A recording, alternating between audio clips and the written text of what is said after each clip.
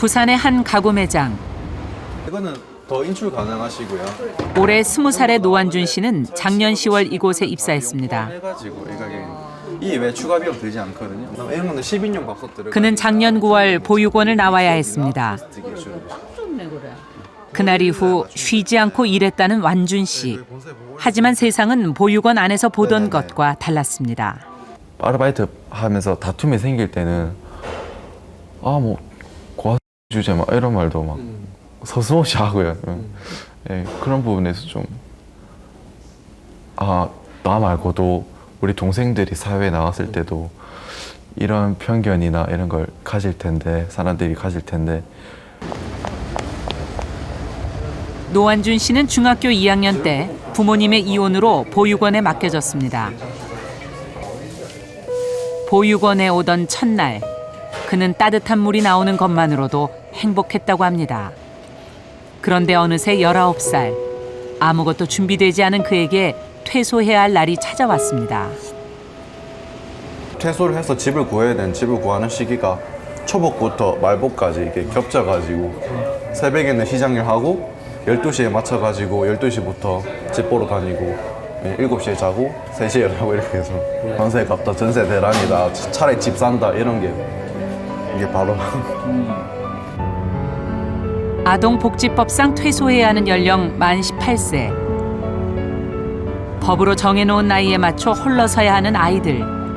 그들은 미성년자의 신분으로 세상에 첫 발을 내딛고 있습니다.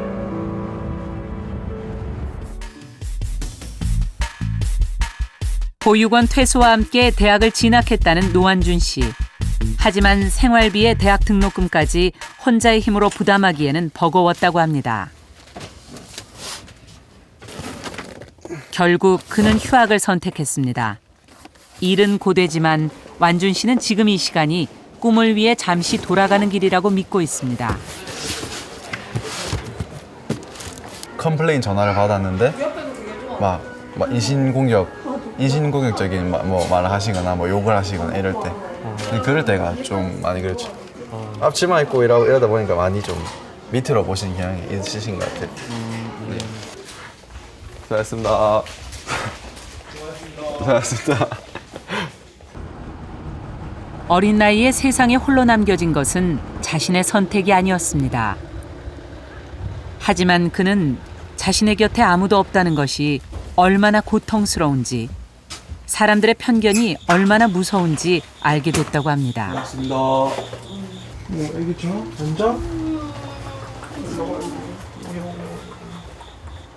그는 어엿한 가장입니다. 초등학교 동창인 아내와 아들이 언제나 그를 기다리고 있습니다. 남들은 빠르다고 하지만 온전한 가정이 간절했던 그에게 이만큼 든든한 울타리는 없습니다. 애 보면 어떤 애를 열심히 살아야겠다. 그 생각밖에 안 돼. 하루의 고단함을 잊게 해주는 가족들. 그는 늘 자신을 믿어주는 아내가 곁에 있어 든든하다고 합니다. 연애 때부터 지금까지 한결같아서 이제 결혼해도 이 사람을 믿고 아기 낳고 가정을 꾸려도 괜찮을 것 같다. 그 믿음이 있었죠. 그래서 아기 사실 처음 알았을 때 걱정이 전혀 없었어요. 아빠 맞다 맞지. 그가 바라는 건 세상이 그를 차별 없이 바라봐 주는 것. 자신의 아이만큼은 온전한 가정 속에서 키우는 것입니다. 다 큰 어른들도 애를 가지고 있어도 울 때가 있고 누구한테 기대고 싶을 때가 있고 그렇잖아요. 네, 그건 우리도 마찬가지이기 때문에 우리가 아무리 다 컸어도 정말 자기가 극한상에 몰렸을 때는 울고 싶고 기대고 싶을 때가 분명히 생길 거라고. 그거는 나이를 떠나서 사람으로서 그거는 똑같은 거라고 말해주고 싶어요.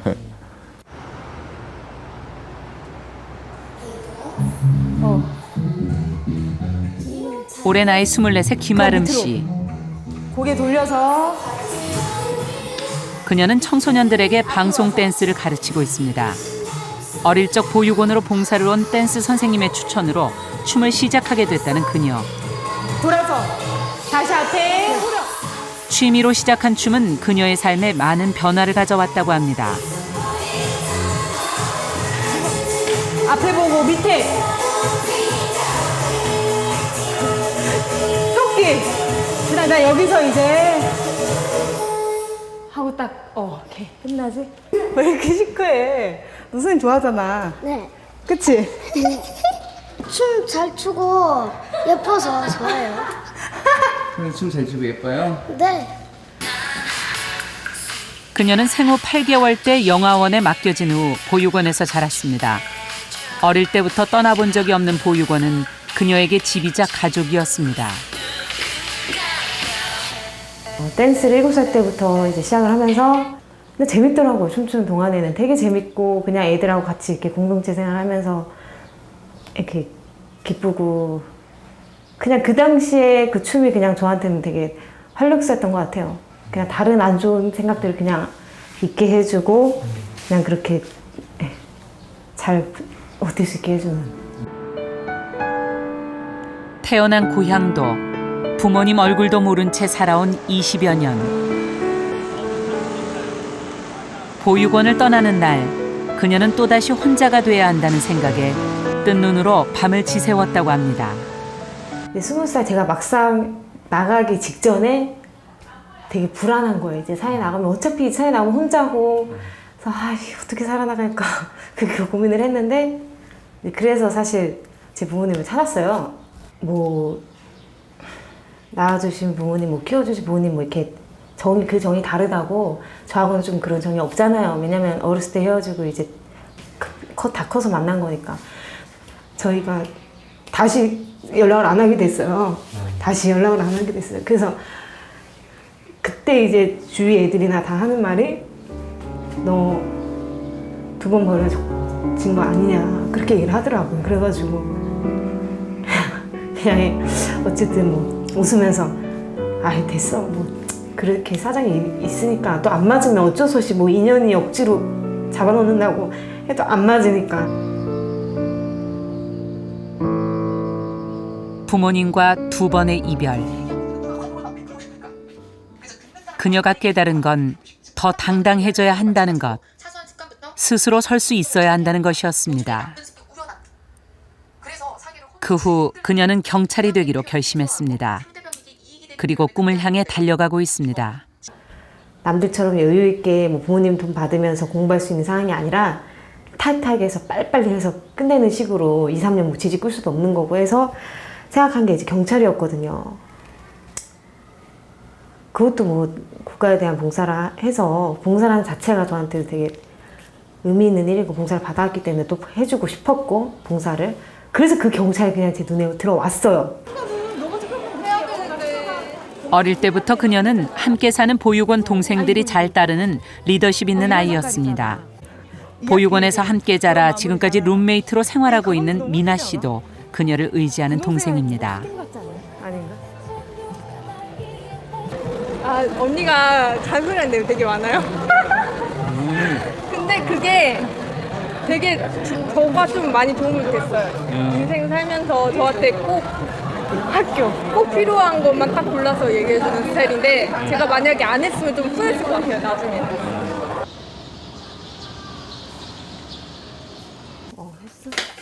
그녀가 생활하는 자립생활과는 입소 경쟁이 치열합니다. 월세 걱정 없이 생활에 필요한 경비만 부담하면 되기 때문입니다. 꼭에서 걷고 일하면은 계속 왔다 갔다. 다른 사람들 맛을 다 봐야 되잖아. 너 여태까지 내 음식 어떻게 먹었어? 언니께 당연히 맛있는데 다른 사람들 거 먹어봐야지 평가를. 내년 2월이면 보육원 후배들을 위해 이곳에서마저 나가야 합니다. 다이어트 한대네. 씩씩한 그녀에게도 홀로 서기는 막막한 현실입니다. 아무 조건 없이 옆에 있어주는 그런 부모님이 없으니까 그냥 되게 좀 그렇더라고요. 말이야 이제 애들 앞에서 그냥 웃으면서 이렇게 하지만은 지금 감정이 되게 불안해요. 그냥 막막하고 그냥 어떻게 준비를 해야 될지 사회에 나가서.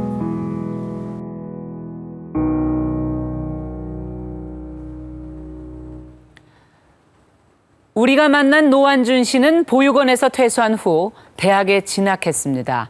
원래 그의 꿈은 물리치료사였습니다. 가정을 이루면서 그 꿈을 잠시 미뤘지만 아직 포기하진 않았습니다. 김아름 씨 역시 마찬가지입니다. 어려운 여건 속에서도 경찰의 꿈을 향해 다가가고 있습니다. 이렇게 꿋꿋이 선 이들도 있지만 그것이 그렇게 쉽지는 않습니다.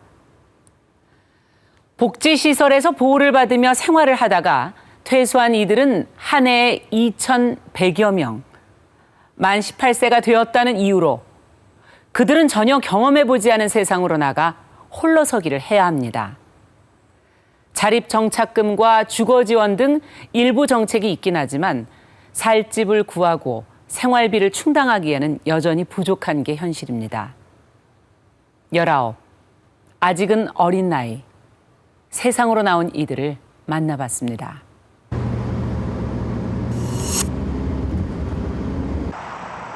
대전의 한 보육원. 고등학교 3학년의 이하늘 양은 내년 보육원을 떠나야 합니다. 떠나기 전 배워야 할 것들이 많습니다. 팔을 써는 솜씨가 서툴지만 이게 모두 홀로서기 위한 연습입니다. 근데 이거 해봐. 영채가 뭔 맛인지 모르겠어. 떡볶이만 나왔는데 양치만 떡볶이만 나왔는데 제 양치만 나.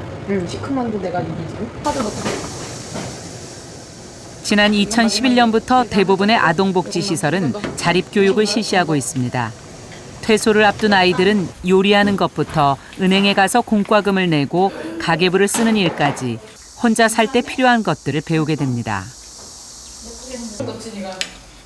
하지만 19의 세상에 나와 부모의 도움 없이 오로지 혼자 힘으로 홀로 서야 한다는 것은 그리 녹록한 일이 아닙니다.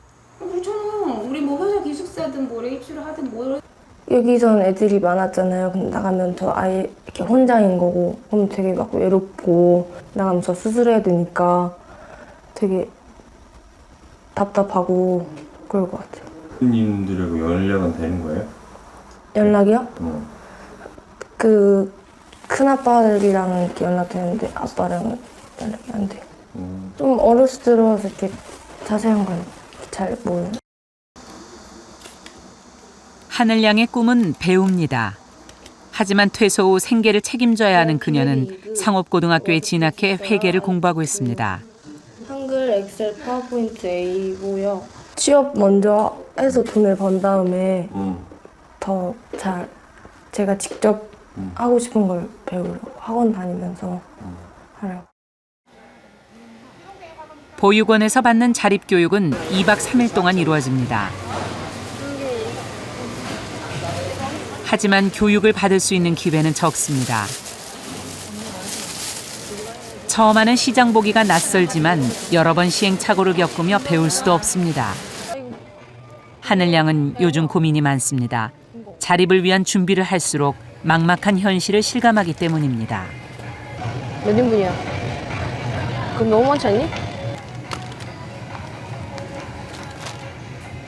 처음엔 되게 막 저희가 직접 계획을 해서 해야 되잖아요. 그러니까 막 되게 막막했었는데 막상 해보니까 조금 힘들긴 했는데 그래도 조금 도움이 된 것 같아서 조금 다행이고. 퇴소아동들에게는 전월세금을 빌려주는 주택 지원과 지자체에서 지원받는 자립정착금 등의 지원 정책이 있습니다. 그러니까 도장은 요즘 필요 없고 계약할 때 미성년자 같은 경우는 계약이 안 돼. 어른하고 같이 와야 돼. 네, 그래야지 계약을 할 수가 있어. 네, 계약을 하더라도 그게 무효가 돼. 전세는 워낙 잘 나가잖아요. 그런 거 안 해도. 근데 굳이 그렇게까지 해서 전세를 놓을 필요가 없다고 해서 거의 못 해요, 전세를. 주인들이 협조를 안 해줘요. 그걸로 해서 구하려고 하면 방을 고른 다음에 그 주인한테 직접 물어봐서 하실 거냐 그렇게 물어보는 미리. 방법이 그거 없어요? 예. 미리 물어보는데 미리 물어보고 저희가 서류를 꾸며서 넣잖아요. 그 사이에 전세를 구하는 친구 있으면 그냥 줘버려요, 주인들은. 호가 많아서 전월세금을 지원받으려면 보육원 원장이나 지자체의 추천을 받아야 가능합니다. 전세 대란까지 겹쳐 실제 지원을 받는 것은 어렵다고 합니다. 이하늘 양이 현재 받을 수 있는 유일한 지원은 자립 정착금뿐입니다.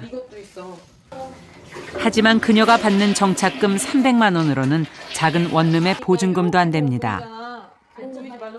만약 이 집을 구한다고 해도 보증금으로 다 써버리고 나면 앞으로의 생활비와 끼니를 걱정해야 하는 상황입니다. 너무 작은데? 너무 갇혀 있는 거. 너무 작은데? 보고 다음 탔음. 이게 원룸인지. 다이래 근데? 네? 다이래? 아니면 돈이 막 몇 배 막 이렇게 되더라. 살아야겠죠. 돈이 없으니까. 이제 막 세상을 향해 나가는 19 하늘이. 그녀가 마주한 세상의 벽은 어렵고 높기만 합니다.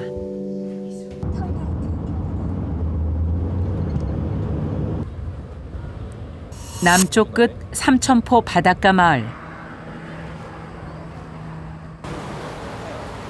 이곳은 고등학교 3학년인 임동민 군의 고향 같은 곳입니다. 그는 메이크업 아티스트가 되는 것이 꿈입니다. 장애를 뛰어넘기 위해 남들보다 서너 배를 노력했습니다. 이제 그는 전국 미용대회를 준비할 만큼 실력을 인정받고 있습니다. 사실 안 힘들진 않은데 이제 헤어나 피부, 네일 같은 분야보다는 메이크업은 왼손이 그냥 잠시 보조를 해주는 역할이고 오른손이 주 역할을 하기 때문에 많이 제한이 있다거나 그러진 않아요. 그의 목표는 서울에 있는 예술대학에 진학하는 것. 낯선 곳에서 생활해야 하지만 꿈을 위해 틈틈이 아르바이트를 하며 저축을 하고 있습니다.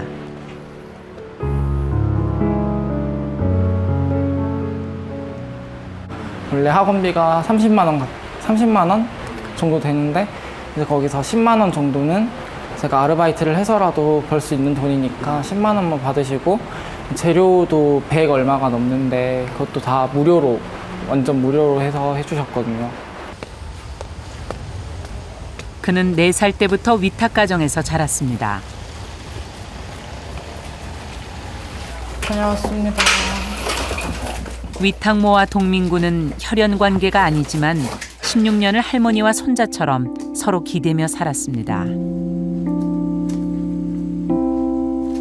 동민이는 내년 2월 고등학교 졸업과 함께 위탁가정 보호가 종결됩니다.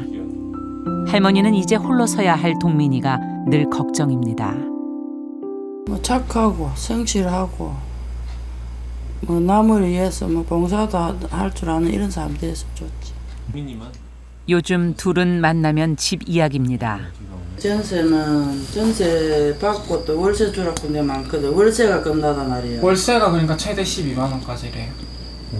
아까 김 선생님은 자기 형님 요번에 뭐 서울 가서 발령 나갔는데 월세가 한 달에 55만 원이라고.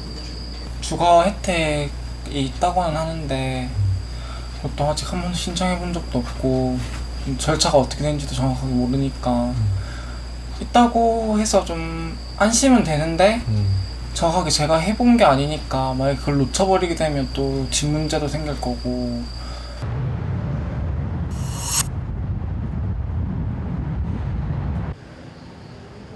서울시는 지난해 1월 자립 청소년들의 주거 문제 해소를 위해 10개의 자립형 그룹홈을 설치했습니다.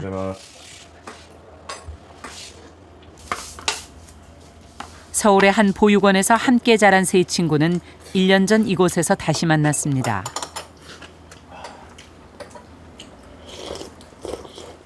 졸업을 하면서 갈 집이 없었어요. 그래가지고 이제 자립금이 나오긴 하긴 하는데 자립금 가지고 갈 데가 없더라고요. 그리고 더군다나 대학 생활을 하고 나서 바로 취업을 해야 되는데 또 취업 준비 기간도 있어야 되는 뿐더러 집도 없으니까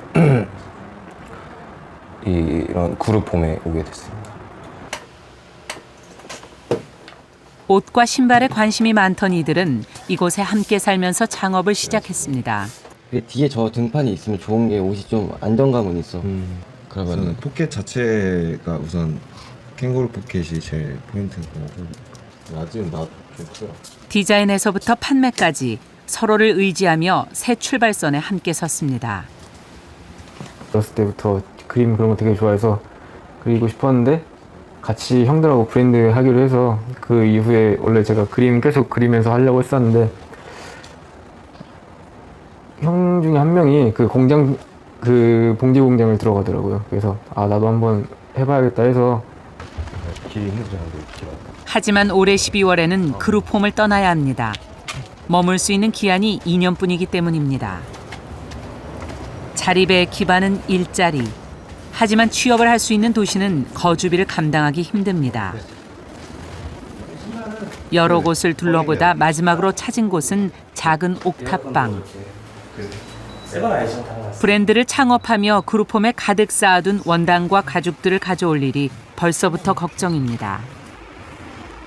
그들의 전 재산 500만 원. 이 작은 방의 보증금으로도 버겁습니다. 우선 가격이 좀 싸가지고 괜찮긴 한데 또 옥탑방이라서 여름에 또 덥고 겨울에 추울까 좀 걱정이 되네요. 그런 것 때문에. 정착금 받은 거 500 때문에 500으로. 네, 맞습니다. 우선 한도가 500이라서 500만 원 가지고 집을 구해야 되기 때문에 우선은 나가야 되니까 열심히 찾아봐야죠. 집을 알아본 첫날, 기원 씨의 머릿속이 복잡합니다.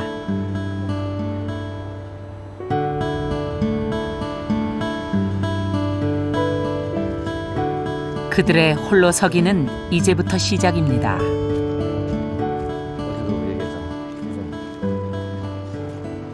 집도절도 없는 그런 상황에서 부모의 지원도 없고 그런 상황에서 자립한다라는 거는 저는 뭐 거의 불가능하다시피 한 것 같고요. 그런 의미에서 주거라도 좀 정확하게 해주자. 뭔가 그 안에서 유예 기간을 좀 할 수 있도록.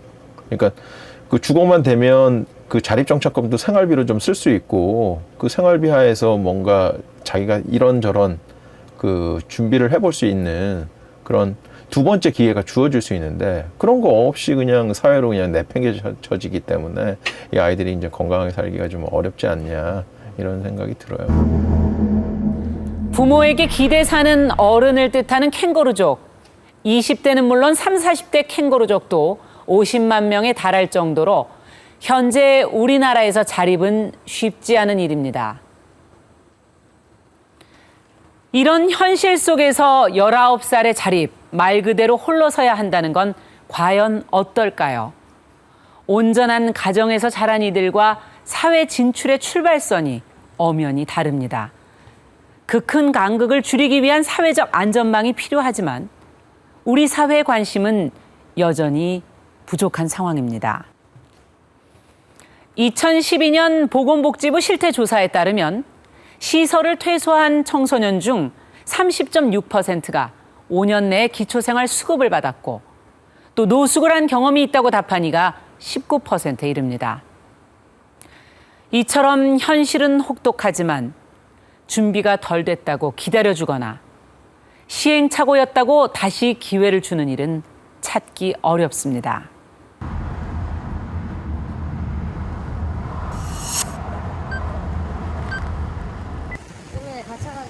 집이 없어 이곳저곳을 떠돌아다닌다는 권민재 씨를 만났습니다.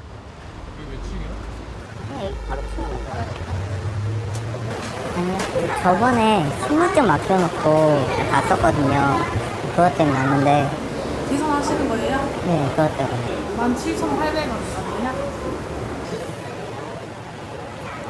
그는 한 달 전 잠잘 곳이 없어 PC방에 갔다가 돈을 못 내 신분증을 맡겼다고 했습니다. 제작진의 도움으로 신분증을 찾은 그는 컴퓨터 앞에 앉자마자 휴대전화를 충전합니다. 끝나면 이 시간 때 바로 죽진 않아요.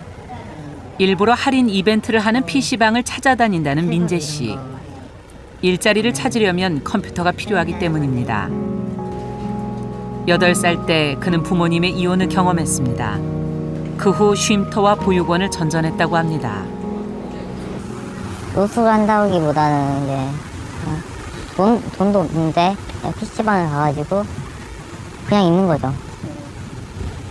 그냥 이따가 이제 뭐 중간 계산을 해달라거나 하면 이제 경찰서에 갈 때도 있고 이제 뭐 벌금 조치를 받기도 하고 벌금 같은 거 받기도 하고 아니면 이제 어떻게 주변 지인한테 부탁을 해가지고 돈을 좀 빌려가지고 이제 내기도 하고 아니면 뭐 돌아다니죠.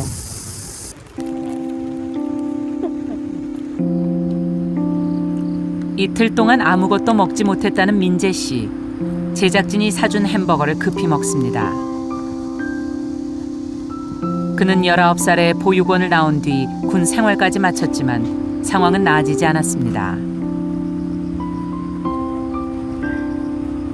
그에게 부모님이 없는 것은 아닙니다. 하지만 돌아가기엔 어린 시절 아픔이 너무 큽니다. 집에서 이제 잠을 자고 있었어요. 이제 그때가 한 밤 10시, 11시? 아버지는 그때 당시에 안 계셨고 동생이랑 저는 자고 있었죠, 방에서. 제 새어머니가 술을 드시고 들어오셨어요. 비몽사몽한 상태에서 갑자기 난데없이 새어머니가 때리셨어요.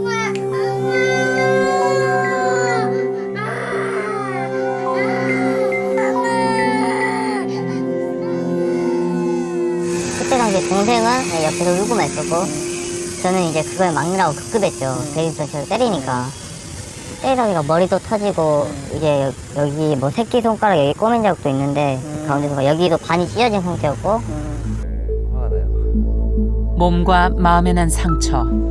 왜 맞았는지 이유를 모르니까. 몇 년 전에는 힘든 노동일을 하다 다리를 다치는 사고까지 있었습니다.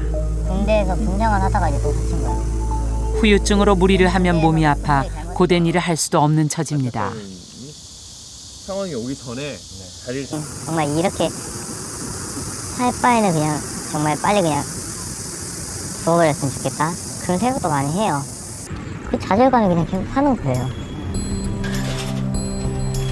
어린 시절의 방황으로 중학교 졸업 이후 학업을 잊지 못했습니다.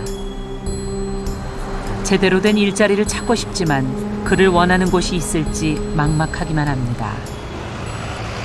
돌아다니다가 뭐 친구들한테 뭐 돈을 빌리던가 뭐 해서 행제방이나 뭐 PC방 갈 것 같아요.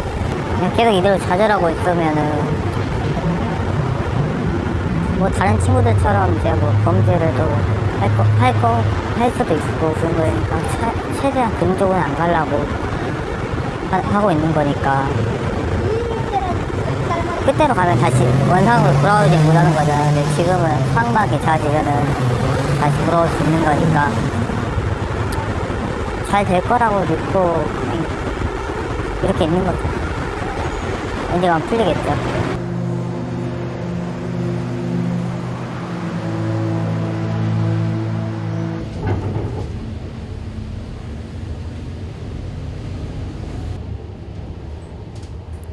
19살의 박정호 군은 현재 보호관찰 대상자입니다.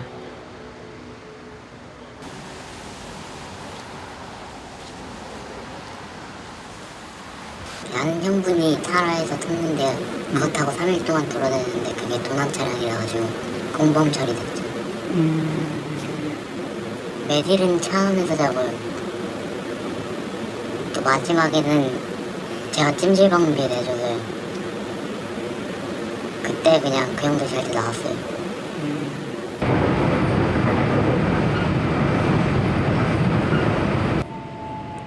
자립을 하기 위해 쉴 새 없이 일을 해왔던 박정호 군.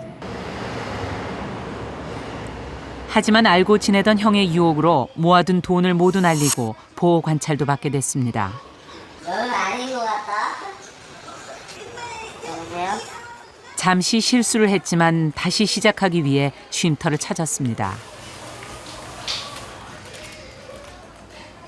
제일 어린 나이에 혼자 방세 부담하기도 힘들고요.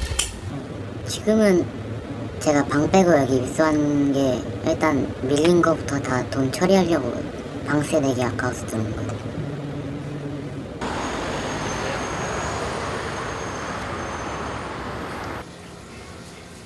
그는 다시 아르바이트를 시작했습니다. 매일 늦은 밤까지 주방 일을 해서 버는 돈은 하루 5만 원.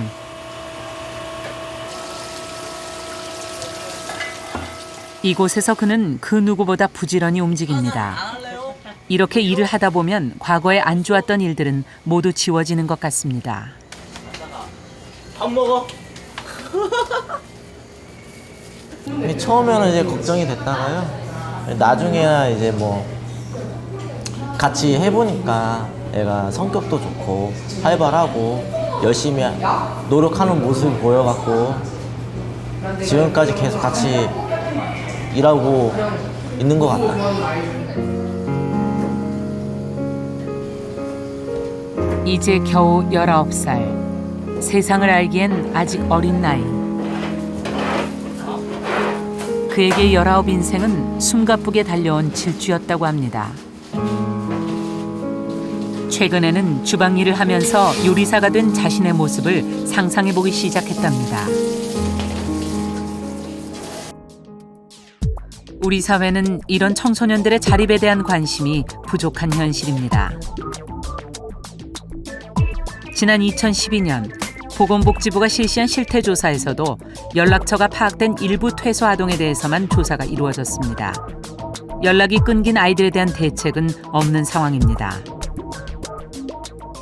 이제 만약에 연락을 하는 경우에는 저희가 돈을 줄 수 있지만 애가 아예 자체적으로 사정이 있어서 연락이 두절된 경우에는 저희도 어떻게 할 방법이 없어요. 핸드폰을 걔가 뭐 의도적으로 안 받는다거나 이런 경우에는 저희도 어떻게 연락을 할 방법이 없죠. 아동복지시설에서 퇴소한 자립 청소년들의 지원을 맡고 있는 국가기관 아동자립지원단을 찾았습니다. 아동복지법 시행령에 따르면 퇴소 5년 이내 아이들에 대해 자립 지원을 해야 한다고 권고하고 있습니다. 이 내용은 얼마나 지켜지고 있을까? 현장에 있는 선생님들이 네. 관리하기가 힘들다고 하더라고요. 네. 이를테면 뭐 연락이 안 되는 경우에는 네. 어떻게 관리 자체를 할 수 없다. 네. 그런 이야기들 하시던데. 네. 어려운 부분이죠. 그 부분 같은 경우 실은 이게 그렇지 않습니까? 한 집 아이만 없어져도 이게 쉽지 않은데 그 부분들은 뭔가 그 퇴소 전에 제가 생각할 때는 퇴소 전에 이렇게 사후에 서비스를 받을 수 있다라는 교육들을 조금 더 시켜주는 게 중요할 것 같습니다.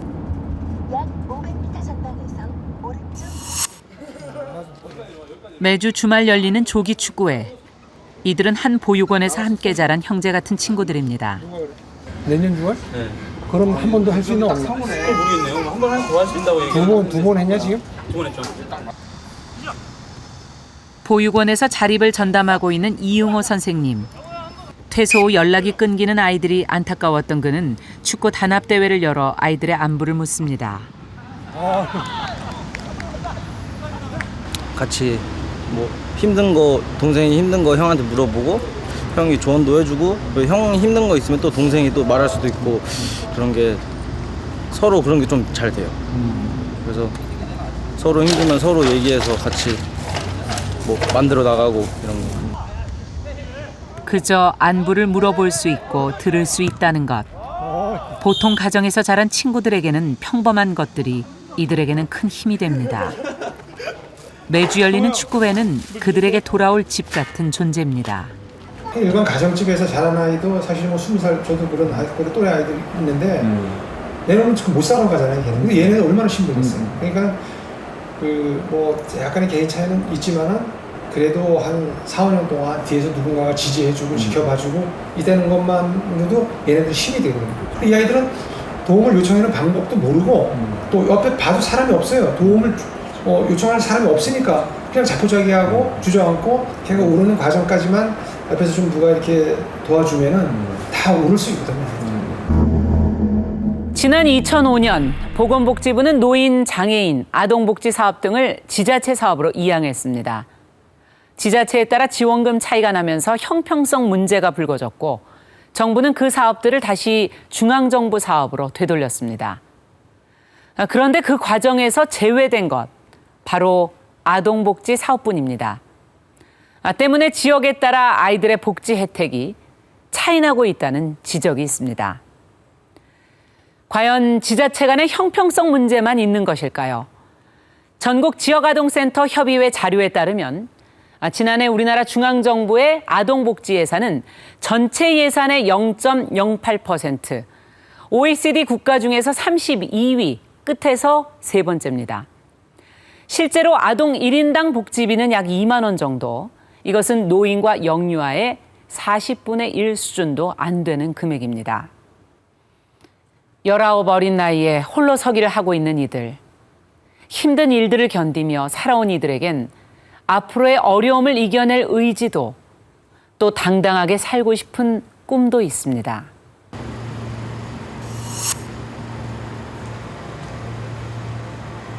아무리 순변당이어도 그건 박도령 씨는 4년 전 보육원을 나왔습니다. 그의 꿈은 배우. 1년 전부터 연기를 배우고 있습니다. 뭐 잘났다고 아프긴 아파요? 벌써 몇 번째 수술이냐고. 반년 동안 열심히 고민해서 일하는 거 다 그냥 포기하고 바로 학원 등록했었죠. 근데 처음 등록하기 전에 사장님한테 일 그만둔다고 하니까 너는 왜 쉬운 길 놔두고 이렇게 어려운 걸 하려고 하냐. 그래서 저는 제가 살아온 것보다 얼마나 더 힘들까 하고 그냥 시작했어요. 힘들어봤자. 그는 자신이 왜 보육원에 가게 됐는지 모른다고 했습니다. 스스로 선택할 수 없었던 환경에서 자신을 지켜낼 수 있었던 건 오로지 꿈뿐이었습니다. 아르바이트 가끔 하는데 요즘은 시간이 별로 없어요.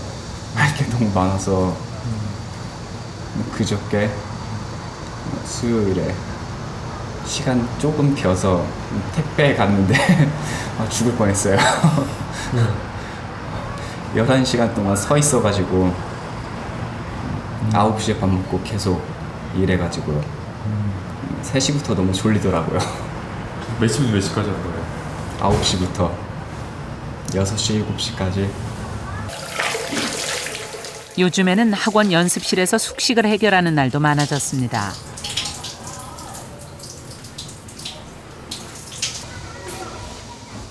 아직은 혼자서 책임져야 할 일들이 벅찰 때도 있습니다. 일과를 마치고 잠자리에 들 때면 미래의 자신의 모습을 상상해 봅니다.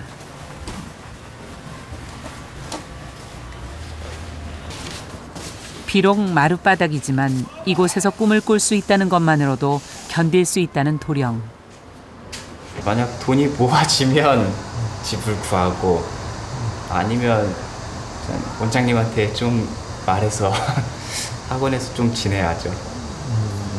여기서 거주 잠깐이나마 이렇게 거주를 할 수도 있겠네요. 그렇죠. 마땅한 곳을 찾아야 되는데 불편하진 않아요? 좀 편해요 저는. 아무 데서나 잘 자서. 거리 연극 축제. 아니, 형님도 지금. 그는 아직 무대에 오를 수 없습니다. 하지만 언젠가 많은 사람들 앞에서 멋진 연기를 보여줄 겁니다. 배우의 길이 어렵다는 거 알고 있습니다. 하지만 지금까지 살아온 것만큼 어려울까? 도령 씨가 힘든 일을 즐겁게 해내는 이유입니다.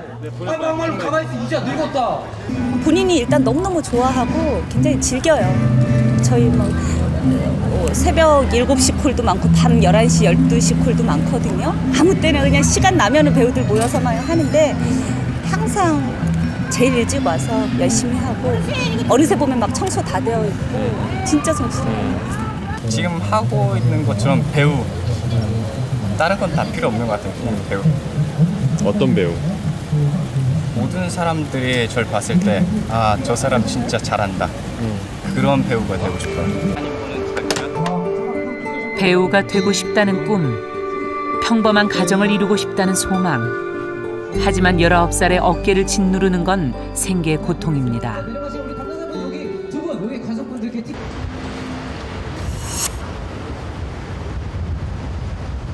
자립 청소년에 대한 대책은 무엇일까?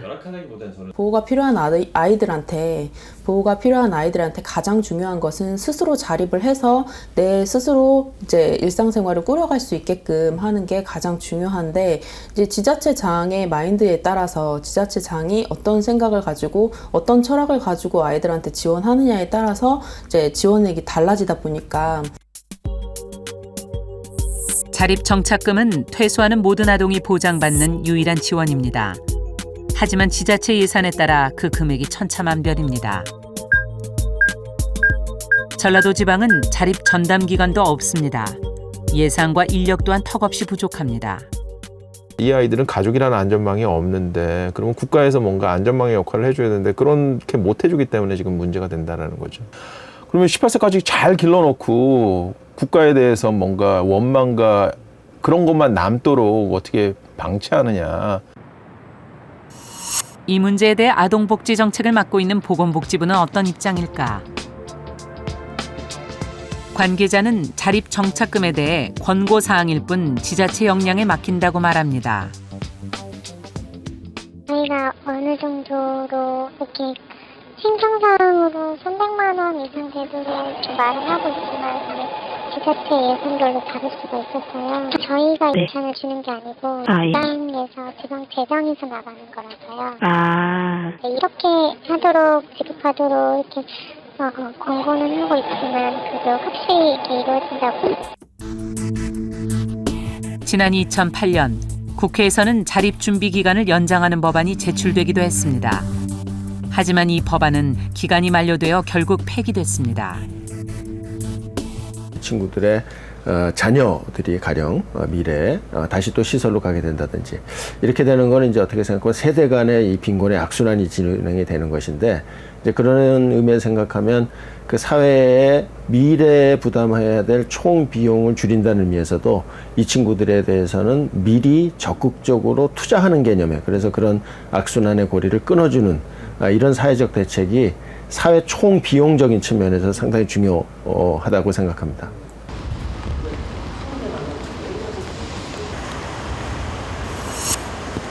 우리는 아름 씨를 다시 만났습니다.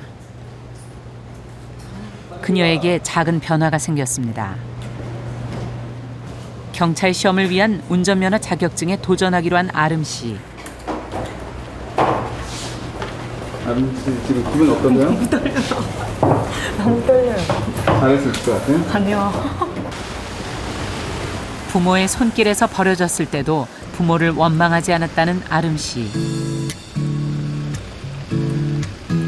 19에 홀로 설 때도 두려움은 있었지만 누구를 탓할 시간이 없었습니다. 그녀에게 하루하루는 너무도 바쁘고 소중한 시간입니다. 그녀는 오늘도 꿈을 위해 달려갑니다. 누구에겐 평범한 일상이 이들에겐 간절한 소망이기 때문입니다. 자신 있는 게 주차였는데 아쉽네요. 왜요? 잘 못했어요? 지금 주차가 조금, 네. 근데 합격했어요. 불안했는데 너무 좋아요. 어쨌든 경찰 시험을 보려면 첫 스타트가 이제 열린 거니까 그래서 다행인 것 같아요. 그냥 제가 다시 태어나고 싶다면 평범하게 살고 싶어요. 평범하게. 부잣집 딸도 아닌 그냥 평범한 가정 안에서 그냥 살고 싶어요. 그렇게 가정 안에서 부모님 사랑 받으면서 그냥 그렇게 살고 싶지 뭐 사실 그렇게 꿈도 없어요. 꿈, 소원 이런 게 그냥 지금 현실에서는 있을 수 없는 그런 힘들 때 뭔가 옆에 있었으면 좋겠다.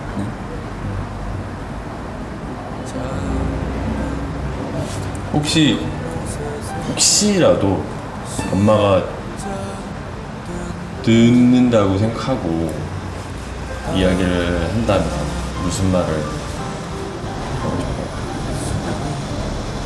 그동안 뭐 했냐고.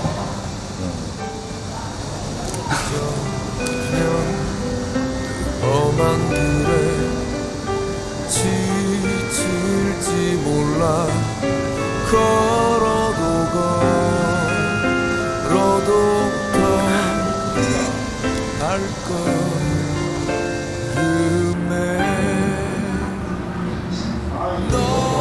아버지는 그게 보였어요. 자식에 대한 사랑이 자식에 대한 욕심으로 번져서 자식에 대한 욕심이 결국 아빠의 욕심이 되는 그런 케이스를 너무 많이 봤어요. 그래서 그냥 나는 끝까지 책임감 있게 기다려주는 아빠로 있고 싶어요. 우리도 언젠가 흰 수염불에 쳐